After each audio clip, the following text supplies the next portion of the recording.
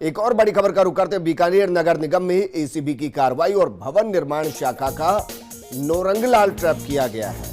5,000 रुपए की घूस लेते गिरफ्तार किया गया है। एसीबी एएसपी रजनीश पूनिया ने इस कार्रवाई को अंजाम दिया है। अवैध बिल्डिंग निर्माण को लेकर सुर्खियों में रहता है नगर निगम, और अब जरा देखिए घूस लेते घूसखोर को पकड़ा गया है। बड़ी खबर हम आपको बता रहे हैं बीकानेर से इस वक्त की ये बड़ी खबर है। भवन निर्माण शाखा का नौरंगलाल ट्रैप किया गया है।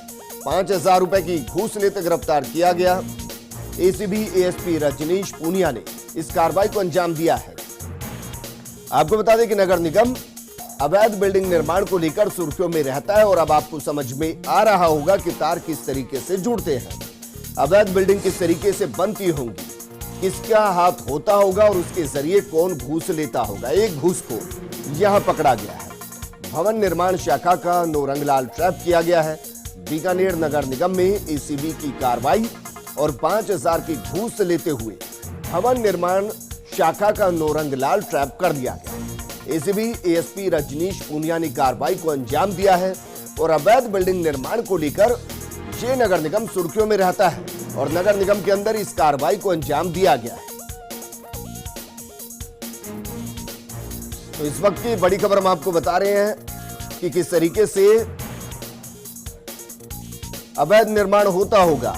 अगर वहां अवैध बिल्डिंग हाल ही में बनी होंगी तो वो किस तरीके से बनी होंगी, क्योंकि एक सवाल या निशान यहां खड़ा हो रहा है कि नगर निगम के अंदर ऐसे लोग मौजूद हैं जो घूस लेते हैं और उसके बाद अवैध निर्माण होने देते होंगे, क्योंकि यहां पर भवन निर्माण शाखा का नौरंगलाल ट्रैप हुआ है।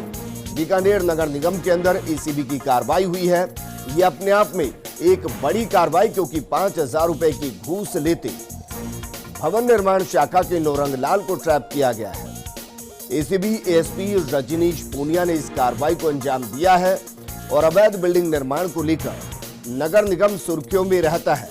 इससे पहले भी कई सवाल खड़े हुए हैं, लेकिन जाहिर है कि इस कार्रवाई के बाद उन सवालों में से काफी सवाल ऐसे जिनके जवाब आप लोगों को मिल गए होंगे कि अगर आपके इलाके के अंदर कोई अवैध निर्माण हो रहा होगा, आपकी शिकायत के बावजूद अगर कार्रवाई नहीं हो रही होगी तो उसके पीछे की वजह क्या रही होगी। एसीबी ने कार्रवाई को अंजाम दिया, और बीकानेर नगर निगम के अंदर इस कार्रवाई को अंजाम देते हुए भवन निर्माण शाखा के नौरंगलाल को ट्रैप किया गया है।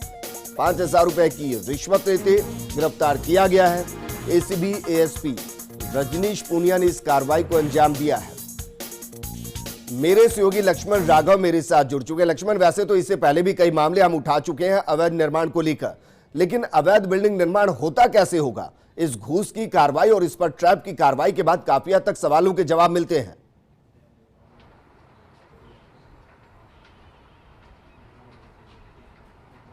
देखिए, निश्चित तौर पर विजेंद्र एडिशनल एसपी रजनीश पूनिया की अगुवाई में इस कार्रवाई को एसीबी टीम बीकानेर ने अंजाम दिया है। आप देख पा रहे होंगे जिन पर आरोप लगा है वो शख्स हैं जिन्होंने 5,000 रुपए की रिश्वत ली थी। और देखिए, अवैध निर्माण को लेकर बीकानेर नगर निगम हमेशा चर्चाओं में रहता है। आप देखिए, राशि भी हम दिखाएंगे किस तरह से यहाँ पर जो दी गई थी, जिसपे कलर आता है, आप देख पा रहे होंगे। तो कहीं ना कहीं ये एक पूरा एक तरह से कह सकते हैं कि निगम बेसिकली जिस पर डिपेंड होती है कि भवन निर्माण कैसे होना है, वहाँ यदि अनियमितताएं हो तो फिर बहुत सारी चीज़ आसानी से हो जाती है। और आपने देखा होगा किस तरह से इन सब का खामियाजा भुगतना पड़ता है कहीं ना कहीं। शहर को भी जब कोई हादसे होते हैं तो उस वक्त भी ये सब होता है। यहाँ पर देखिए, अधिकारी पहुँच गए, उनसे भी हम बात कर लेते हैं। डीएसपी हैं, उनसे हम समझ लेते हैं। सर, किस तरह कार्रवाई को अंजाम दिया गया है? अभी जानकारी दी जाएगी आपको पूरी। कोई भवन निर्माण की स्वीकृति के संबंध में कोई यहाँ का जो स्थानीय नौरंगराम नाम का कर्मचारी था, उसने कोई 5,000 रुपये लिए हैं अभी रिश्वत की राशि के तौर पे। 7,000 रुपये की मांग कर रहा था। किस तरह का भवन था? घरेलू भवन था ये? हाँ, आवासीय भवन था। तो देखिए, कैमरामैन गुलाम रसूल लगातार दिखा रहे हैं किस तरह से अभी यहाँ पर कार्रवाई जारी है। अधिकारी जो है एडिशनल एसपी रजनीश पूनिया, उनसे भी हम बात कर लेते हैं और समझ लेते हैं कि पूरे मामले में उनके नेतृत्व में इस कार्रवाई को अंजाम दिया गया है। रजनीश जी, यूँ तो बीकानेर चर्चित रहता है अवैध निर्माण को लेकर, आपकी टीम ने कार्रवाई की है, किस तरह से पूरी कार्रवाई को अंजाम दिया गया, क्या मामला है? ये परिवादी से शिकायत प्राप्त हुई थी कि वो अपने मकान के निर्माण की स्वीकृति के लिए नगर निगम में फाइल लगाई है, और वहाँ जो भवन निर्माण स्वीकृति की शाखा के अंदर कनिष्ठ सहायक हैं नौरंगलाल, वो उससे उसके बदले में रिश्वत की मांग कर रहे हैं। इसका सत्यापन करवाया तो आरोपी 7,000 रुपये रिश्वत की मांग करना सही पाया गया, जिसमें 2,000 रुपये उसने सत्यापन के दौरान लिए और आज 5,000 रुपये रिश्वत के लेते हुए हमारी टीम द्वारा उसे रंगे हाथों गिरफ्तार किया गया। ये निर्माण क्या व्यावसायिक था या घरेलू था, क्या कुछ जानकारी? इसका स्वयं के मकान का निर्माण था। तो देखिए एक बड़ी खबर हम आपको बिल्कुल बता रहे राघव, हैं। इसका मतलब ये है कि इस सवाल को भी जरा अगर मुमकिन तो कीजिए कि यहाँ पर अवैध जो खनन होते हैं, अवैध जो बिल्डिंग बनती होगी, उसके लिए तो भारी घूस ली जाती होगी। अगर कोई नियम के साथ अगर अपना निर्माण कर रहा है, अपने लिए मकान बना रहा है, उसके बदले में भी घूस ली जाती है। यह बेहद चौंकाने वाली बात है।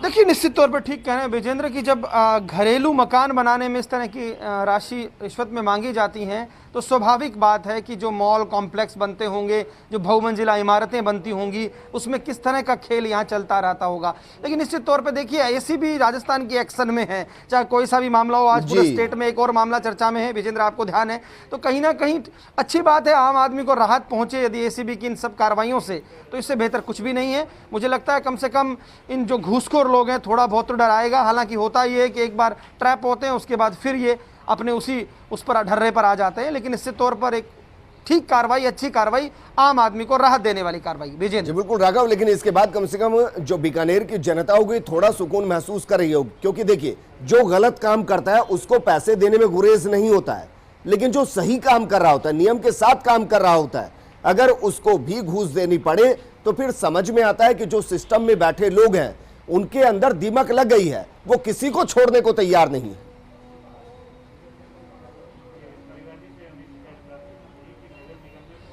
बिल्कुल ठीक कह रहे हैं विजेंद्र, क्योंकि आपने सही बात कही कि इस तरह से जो है निर्माण में यदि रकम ली जाए तो आप समझ सकते हैं। हम कोशिश करेंगे भीतर की तस्वीरें, जो कार्रवाई चल रही है विजेंद्र, वो एक बार फिर दिखाने की, किस तरह से यहाँ पर जो पूरी टीम है एसीबी की, तमाम लोग जो हैं वो उस कार्रवाई को अंजाम दे रहे हैं।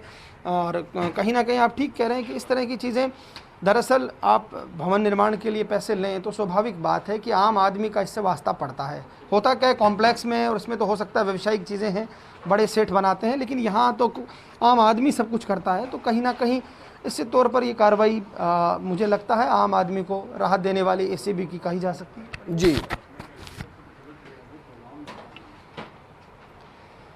जी बिल्कुल राघव, इस दौरान आपसे ये भी जानना चाहेंगे कि ये किस इलाके के अंदर भवन निर्माण कर रहे थे, क्योंकि आप तो वहां का रहने वाले हैं, आपको बखूबी पता होगा कि जो घर के लिए भी जो मतलब आवासीय इमारतें बनाते हैं वो भी कई तरीके से अवैध निर्माण करते हैं, तो सूरत तो पूरी बदल जाती है और उसके पीछे का कारण ये घूस होती है।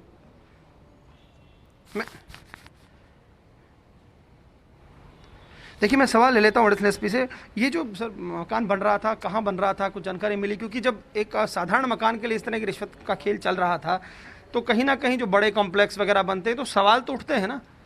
बीकानेर में बिल्कुल पट्टेशुदा ज़मीन पे मकान था।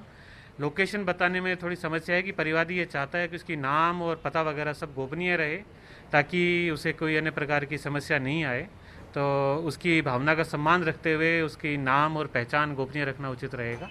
परंतु बिल्कुल लीगल पट्टेशुदा मकान पर नक्शा पास करवा के वो अपना नियमों से निर्माण करना चाहता था, इसके बावजूद उससे रिश्वत की मांग की जा रही थी। तो देखिए विजेंद्र, ये बात बताती है कि किस तरह से बिल्कुल पट्टेशुदा था, नियमानुसार नक्शा बनाया था, उसके बावजूद रिश्वत मांगी जा रही थी। और परिवादी दरअसल ये चाहता है कि उसका नाम जो है बाहर ना आए। क्योंकि आप इस बात को समझिए, आम आदमी कितना डरा हुआ इसलिए रहता है क्योंकि फिर कोई उसे दिक्कत ना हो, क्योंकि ट्रैप हुआ है, इसको अपनी कार्रवाई होगी। लेकिन कहीं ना कहीं जब कुएं में भांग पड़ जाए ना तो समस्या हो जाती है। और मुझे लगता है शायद यही वजह है कि परिवादी जो है अभी तक। लेकिन राघव, इसके साथ मुझे लगता है कि जो आपने इससे पहले कहा कि वो आसानी से छूट जाते हैं, इसलिए भी ज्यादा डर है नहीं।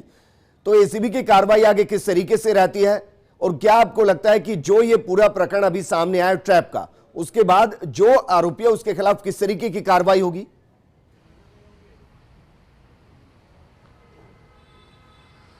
देखिए एसीबी की निश्चित तौर पर कार्रवाई अभी जैसा मैंने बताया जारी है। चूंकि रंगे हाथों रिश्वत लेते वो गिरफ्तार हुआ है तो स्वाभाविक है उसे अब जो है गिरफ्तार कर लिया गया है।